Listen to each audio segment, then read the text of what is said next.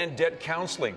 We don't need that. We don't need a guy like Dan. Wait a minute. Do you remember that little thing called Christmas and all of the spending and shopping you did? We need help.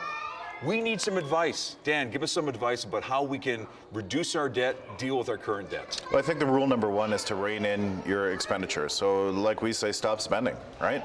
Get a good understanding. Seems obvious, doesn't it? Well, you know, they say common sense isn't common at all. But at the same time, I think using a budget as a tool to understand where your current situation is always a good idea. There's all kinds of resources in the community to find those things. Sure. We have books on our website. We have all kinds of different things that can help you to do that. I think really what's happening is the lack of financial literacy out there is really contributing to people overspending. Is that why we struggle?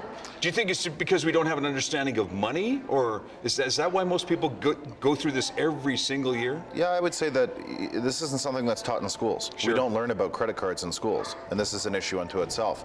Oftentimes we're given a credit card in our first year of college, university, and nobody teaches us the rules of this game. So it really comes down to understanding all the implications of overspending. If there's two things that you would suggest to our viewer, what would those two things be to help us get us back on track?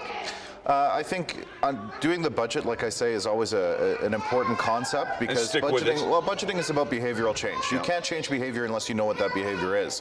And that's really what a budget is. It's a snapshot of where we are today, where we've been spending in the past, and it gives us a good understanding of where we can track, trim, target, and move forward to achieve certain financial goals. And the second thing? The second thing is, speak to your creditors. A lot of people hide from their creditors and try to, deal with the problem on their own. I think an important thing is to talk to your creditor and see if maybe they can reduce the interest rate on your credit cards to help alleviate some of the stress and the building of that debt load further.